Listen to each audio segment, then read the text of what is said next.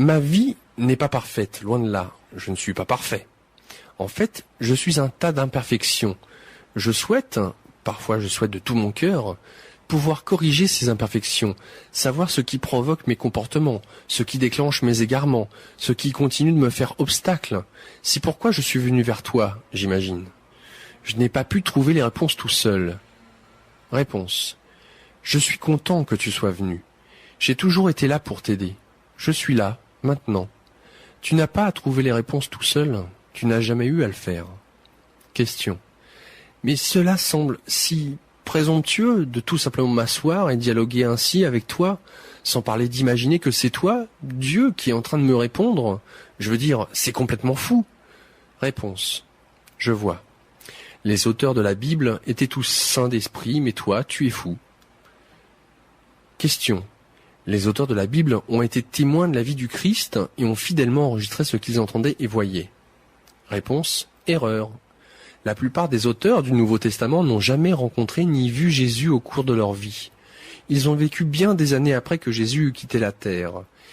Ils n'auraient pas reconnu Jésus de Nazareth s'ils l'avaient rencontré dans la rue. Les auteurs de la Bible étaient de grands croyants et de grands historiens. Ils ont pris les histoires qui leur avaient été transmises à eux et à leurs amis par d'autres, des aînés, et d'aînés en aînés, jusqu'à ce qu'on finisse par les consigner par écrit. Et les écrits de la Bible n'ont pas tous été inclus dans le document final. Déjà, des églises avaient surgi autour des enseignements de Jésus. Et comme il arrive à chaque fois, et partout où les gens se rassemblent en groupe autour d'une idée puissante, il y avait certains individus au sein de ces églises, ou conclaves, qui déterminaient quelle portion de l'histoire de Jésus on allait raconter et de quelle façon.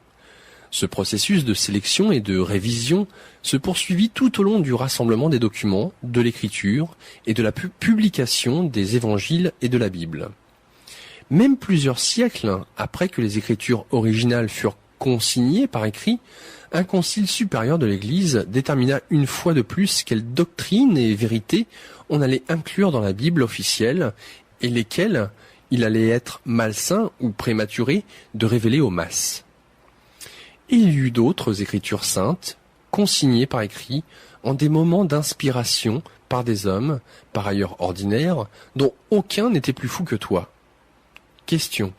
Es-tu en train de me dire, non, ne me dis pas, que ces écrits-ci pourraient un jour devenir des textes sacrés? Réponse. Mon enfant, tout dans la vie est sacré. Selon ce critère, oui, ce sont des textes sacrés. Mais je ne chicanerai pas sur les mots, car je sais ce que tu veux dire. Non, je ne dis pas que ce manuscrit deviendra un jour un texte sacré, du moins pas avant plusieurs siècles, ou pas avant que son langage ne devienne périmé.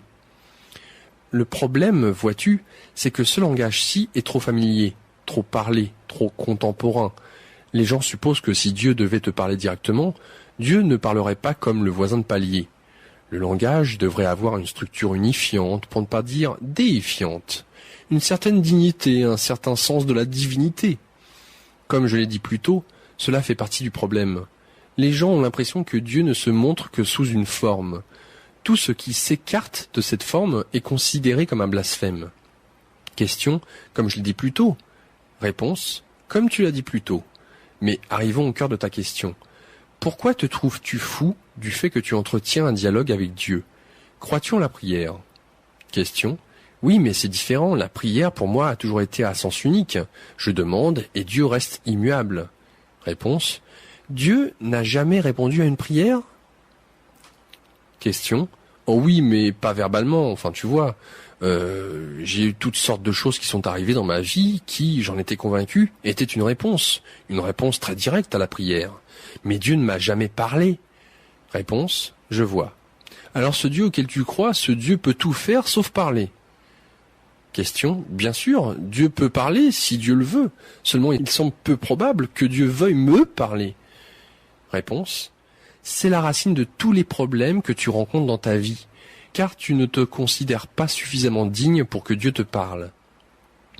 Pour l'amour du ciel, comment peux-tu jamais t'attendre à entendre ma voix si tu n'imagines pas mériter qu'on t'adresse la parole? Je te dis ceci, j'accomplis un miracle en ce moment, car je parle non seulement à toi, mais à chacune des personnes qui ont saisi ce livre et qui lisent ces paroles. C'est à chacune d'elles que je parle, à présent. Je sais qui est chacune d'elles. Je sais maintenant qui trouvera sa voix jusqu'à ces mots, et je sais que, comme pour tous mes autres messages, certains seront capables d'entendre, et certains seront capables de seulement écouter, mais n'entendront rien. Question. Eh bien, cela amène autre chose. Je songe déjà à publier ce livre à mesure qu'il s'écrit. Réponse. Oui. Qu'y a-t-il de mal à cela? Question. Est-ce qu'on ne pourra pas objecter que j'invente tout cela pour faire de l'argent? Est-ce que ça ne rend pas toute l'affaire suspecte? Réponse. As-tu l'intention d'écrire quelque chose pour faire beaucoup d'argent? Question. Non, ce n'est pas pour cela que j'ai commencé. J'ai commencé ce dialogue sur papier parce que cela fait 30 ans que mon esprit est infesté de questions. Des questions qui me donnent soif. Je suis assoiffé de réponses. L'idée d'en faire un livre m'est venue plus tard. Réponse. De moi? Question. De toi? Réponse. Oui. Tu ne crois tout de même pas que j'allais te laisser gaspiller toutes ces questions et réponses merveilleuses, non? Question. Je n'y avais pas songé.